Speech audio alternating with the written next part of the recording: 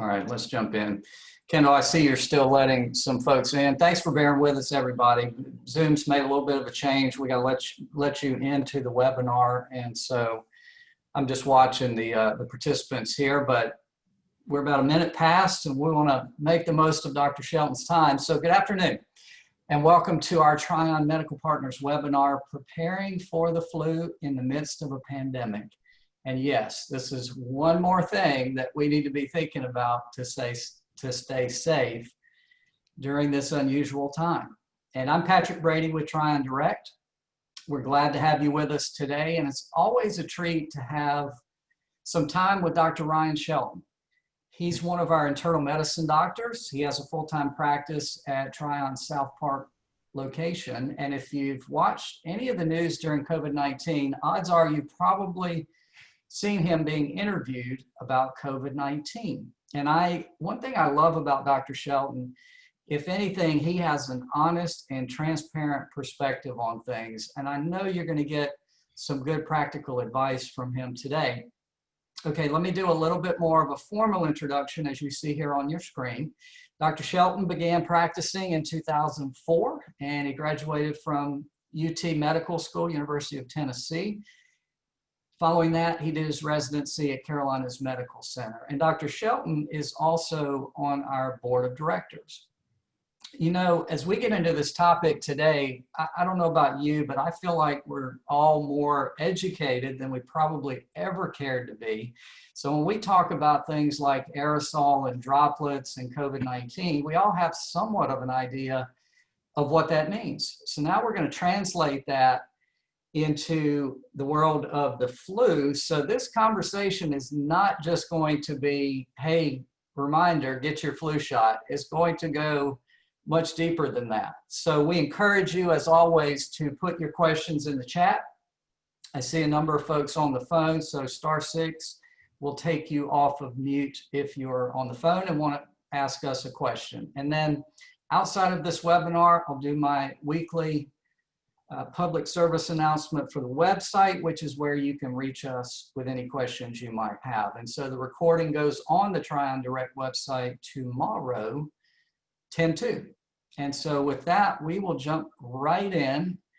I got a lot I want to cover. I'm going to try not to do this rapid fire because there's going to be some things that Dr. Shelton's going to want to go into a little bit of detail on. So let's start, Dr. Shelton, with a high-level question. What are the risks entering the flu season amidst the COVID pandemic?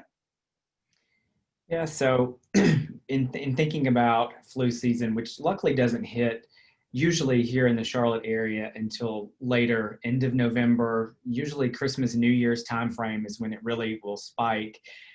We want, especially this year, to not overwhelm the hospital system and the medical system in general. So anything we can do now to help, prevent that from happening this winter, that's what we need to be focused on right now. So a lot of it is about minimizing interaction with a healthcare environment. We don't want you to need that for something that's preventable, if at all possible, during this winter flu/COVID season. We've got a couple slides I think are going to be really helpful. But Dr. Shelton, what are the differences between COVID-19 and the flu? Sometimes there's not many. So people can have a lot of variable symptoms. The flu is pretty rapid onset with severe body aches, maybe fever, maybe sore throat, a dry cough, probably not going to be short of breath too much with the flu. Bad headache, that's a little bit more consistent with flu. For COVID-19, it's a more gradual onset. If you develop a sudden loss of smell or loss of taste, that's pretty exclusive to COVID and unlikely to just be a common cold or regular sinus infection. I mean, it's possible, but that's less likely, especially in the setting of if you have fever, aches, if you've traveled, if you've had any known exposures. Because both flu and COVID spread so easily, that's something else we take into account. It's what's the likelihood of possible infection because of your exposure risk. allergy symptoms are much, much milder. You can function through allergy symptoms and you can work and function through a cold. But the flu, the true flu, is going to knock you down quite a bit. And for most people, COVID is pretty tough as well. We have seen COVID changing a little bit. Some people just have mild symptoms. It has evolved a bit, luckily. It's not as lethal as it was in the beginning. I think the virus is already kind of mutating to just be able to survive and thrive rather than kill off all of its hosts. So we have seen some, progression that's a positive thing in that regard.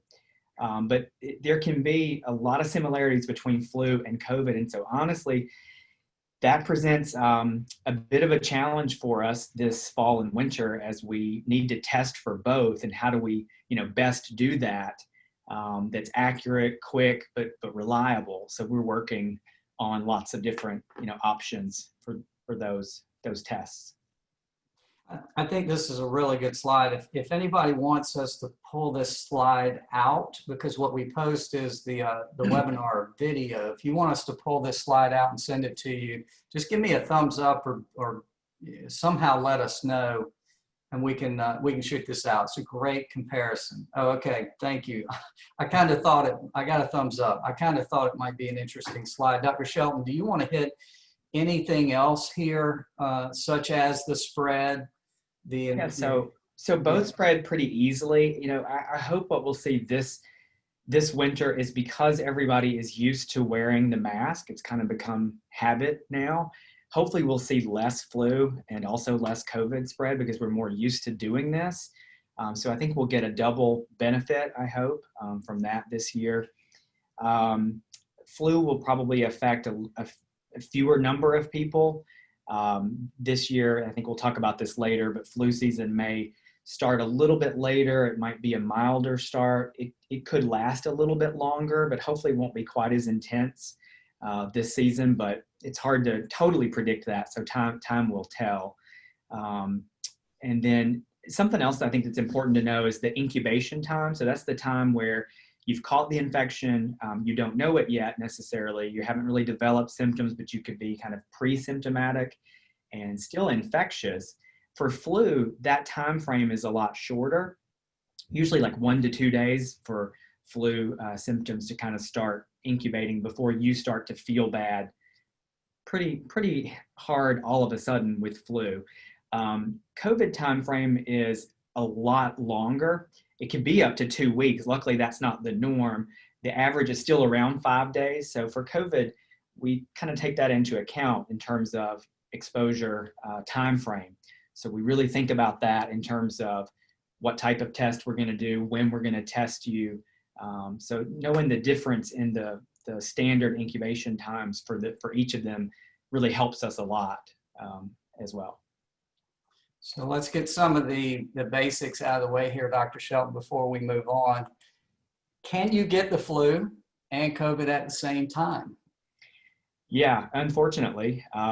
So we commonly will see respiratory illnesses that will come together, or as your immune system may already be knocked down from one infection, you are thus more susceptible to not be able to fight off another infection. So, what was different when COVID really hit here in Charlotte, and it wasn't, overwhelming numbers in the very beginning. Luckily, flu season was kind of trailing off because COVID really didn't hit here until mid-March, early April, and we were luckily at the end of flu season then. Sometimes flu season will last until May.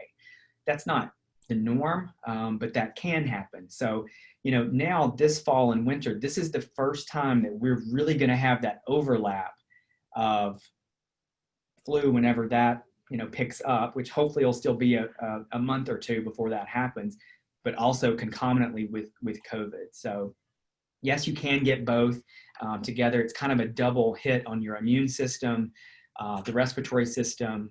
So we absolutely want to prevent, both, but definitely flu, because we do have a vaccine for that. We do have something that is in our power to act on now. So that's hugely important.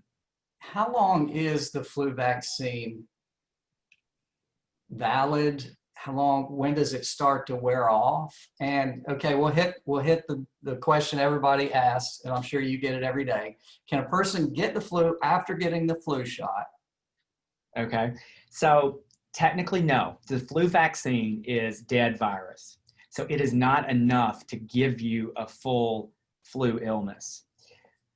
I think what has happened maybe for some people sometimes is they've just been unlucky and they've actually gotten another illness that luckily wasn't, full-blown flu, but maybe they associate it with that. Our body mounts an immune response, so it reacts to getting the vaccine by building up immunity. So sometimes the first day or two, you could feel a little soreness at your arm, a little achy or sluggish maybe, but for most people, it's very subtle, if anything. So I really don't find that as a acceptable reason to not do a flu vaccine.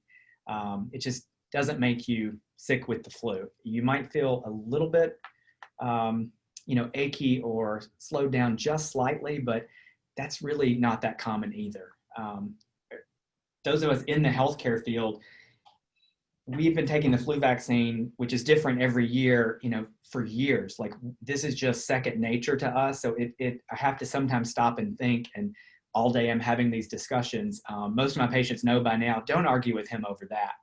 So they will just do it, and we all move on. So it's really far worth the benefit of doing the flu vaccine. So no, you're not going to get the full-blown flu from it. And I know we don't want to go too deep. Do you want to say anything about the different strains? So there are a lot of different strains of flu. The vaccine is reformulated every year based on what has been happening in other parts of the world, which are the strains that we're most likely to encounter here. So there's influenza A and influenza B. And usually the vaccine every year has two of both of those most common strains that what we predict will be here. Sometimes there's a strain that will mutate and it's not exactly a match in the vaccine. Still, usually there's enough kinship or relationship for the different flu viruses that if you have some protection from the flu vaccine, there's some crossover or spillover, and you get some protection and thus a milder flu illness because you had the vaccine, and the strain that you might catch, is similar. It might not be an exact match that's covered in the vaccine, but usually there's enough overlap and similarity that it's still, very helpful, and that you would have a milder illness with a shorter course. So there's H1N1. I mean, there's it's very complex, the different strains that we might see. It just all depends on, what happens in the other parts of the world, which luckily so far has been pretty mild. Probably because of the masks. So hopefully that's what we'll see here. But, basically, I wouldn't worry so much about which strain. You're not going to feel the difference probably, unless we have a return of a really tough H1N1 strain that wasn't in the vaccine. This happened, I think it was like maybe 2009. That was a really tough flu year. People were sick. That was painful. This next question is one of the ones that might be most confusing for people, and we'll take several minutes and sort of break this down. What is the best time to get a flu shot? Should you wait to get your shot, since, as you said, the infection rate is lower so far and it does eventually wear off? And should those at risk get the flu shot earlier, later? What do you recommend? Yeah. So that's a very fair question. I always get a little bit nervous when I see it in the pharmacies in middle of August and it's still 100 degrees here in Charlotte. Like, I just think that's a little too soon. It's really never too soon, and it's never too late to get the flu vaccine because we don't know when flu will really ramp up here. It's hard to pick a perfect time, but I really think the optimal time year after year is mid-September through end of October. So really now is the preferable time, just because we don't know when it's going to hit. It takes about 2 weeks for most people's immune system to kind of mount the protective response from getting the vaccine. So yes, people at higher risk, I definitely want them to go ahead and do it now, but it doesn't have to be today. in the next week or two. Even I usually say even by Halloween is adequate time to have time to mount the protective response that will still give you adequate coverage just in case flu lingers into April or May this year, which could happen. That's not usually the norm, and it definitely kind of really trails off, but it still, can be around at that time frame. So I think the best time is now. But again, even if you forget or if employees haven't done it yet, you could still do it in early November. I mean, we give them all throughout the winter because it's still some protection is better than none. So flu really, doesn't ramp up till later. So we do have some time to do it. The most important thing is that you do it. It's less important, the perfect time or the exact time you do it, but just that you do it. If you get it now, will it last through, say, next May? I think so. Usually it's about 6 months. Everybody's immune system kind of processes things differently. So your antibodies could start to wane. So the protective effect could be a little bit less, by April or May timeframe if it's 6 to 9 months from now. But we want to kind of go on what's, most likely, what's most probable. And the winter here for Charlotte, which around the holidays, January and February, early March, like those are typically our peak times for flu. So we prefer people to have the vaccine at least 2 weeks before, flu season hits. So it's a good time now, but you will still have enough protection if you get it now, even if flu season goes into April and May. It might not be quite as robust protection as, for 2 or 3 months from now, but it should still be enough that if you encountered the flu, it would make it a milder illness. Your body would be able to handle it much better, and it wouldn't wreck you like would be possible if you had not had a vaccine, at all. And since you mentioned the mask, let's go there for just a minute. So how does the flu spread? So it's also spread by respiratory droplets. So coughing, sneezing, it can, stay suspended in the air for a brief period of time.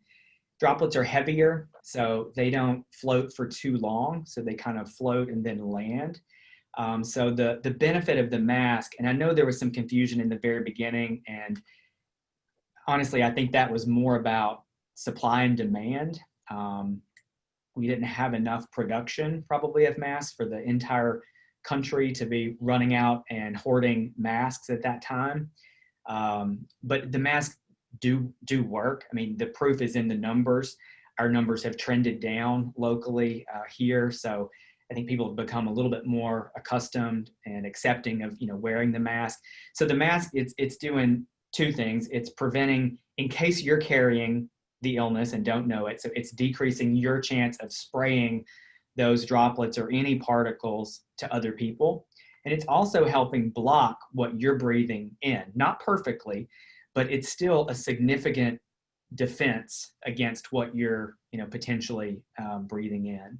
So that also comes into play, the avoiding really small groups and, tight-knit spaces and people packed together. That is what we need to still avoid for this winter, just because both flu and COVID spread easily. So if somebody has it and doesn't know it, there's still that chance that a lot of people could catch it. But the masks decrease that chance significantly, like close to zero, I would say, depending on how sick someone is and how many people and how packed together. But if both people are wearing a mask, the chances are greatly reduced. The medical community here, you mentioned the Southern Hemisphere. I'd like to give you a minute to expand on that for a minute. So you watch what's going on down there, right? So what kind of indicator do you think that is for what we can expect?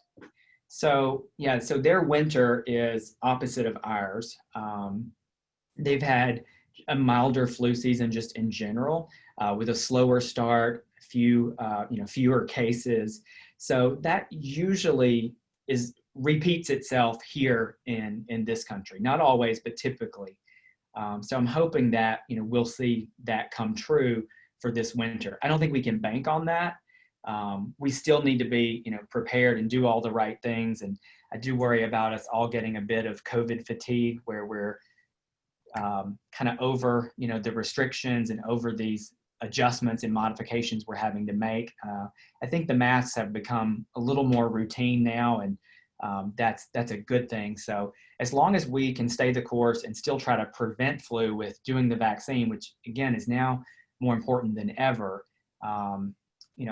I think it's helpful to know what's happening in the Southern Hemisphere, but we don't want to put all our eggs in that one basket, to just assume that it would be super mild here this winter. But I really do think the masks will matter. And I think folks in general are more in tune to getting a flu vaccine this year, especially folks that are 65 and older that are much higher risk for either respiratory infection and higher risk of hospitalization and complication. They are very much aware. But we have to also think about flu vaccine it's not just about you. So if you think you're young and healthy, or your employees are 20s and 30 something, so they'll do fine. The flip side of that is, who are they going to give it to? Are they going to take it home to parents, grandparents? What's the spread risk? So we've got to remember that it's not just about us, and we've got to be thinking about doing flu vaccine and all these precautions. It's really for our community, family, the greater good too. Are you seeing any reluctance of people just to come in and do that? And really where I'm going with that question is, what is Tryon Medical Partners doing? I think this is worth sharing with people. What are we doing to keep everyone safe, but still promoting and making sure people get vaccinated? Yeah, so we have, so right now we're screening everybody over the phone or with a virtual visit first. So if you have any infectious symptoms that could potentially be COVID and or flu, we see those at 2 of our satellite locations, which were set up in March, to just evaluate those symptoms, to test for flu, to test for COVID, and to size up, how sick are you? Could it be this? What do we need to do?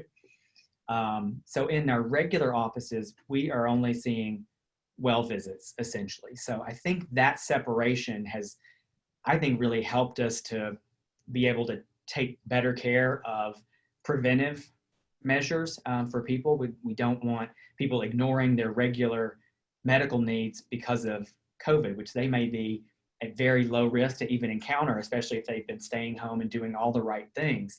We don't want their diabetes getting out of control, their COPD or chronic conditions, flaring, which increases their risk of needing the hospital. We want to minimize the risk of interacting with emergency rooms in the hospital system, during the winter, so it's not overwhelmed, and so your risk of catching something is lower.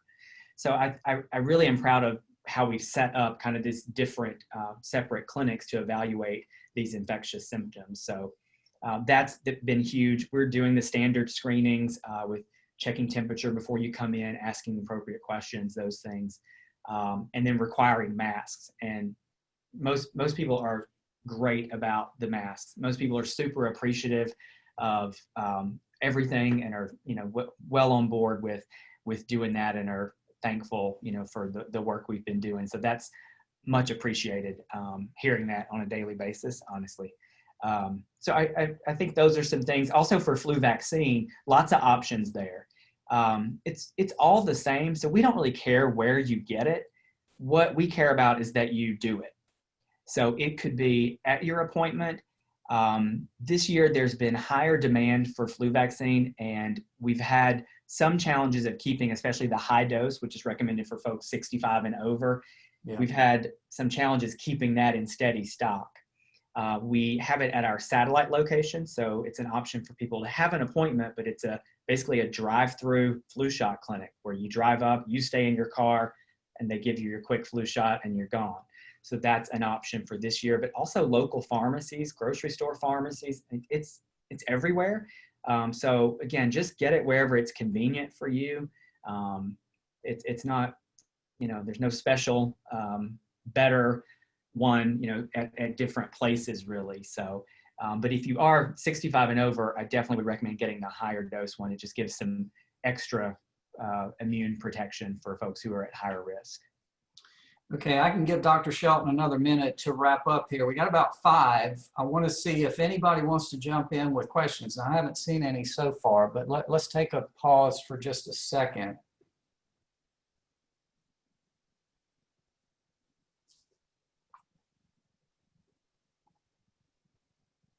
All right, Dr. Shelton, you must be answering everything that folks have on their minds. So let's maybe try and wrap this up a little bit. You've sort of debunked a few of the, we'll call them myths.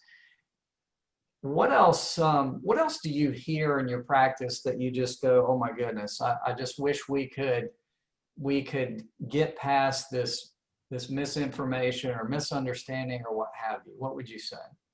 I mean, I think the biggest one is that, oh no, I can't take that. I felt awful after it gave me the flu. Like that's just not, it's just not built that way. Like the vaccine just can't do that.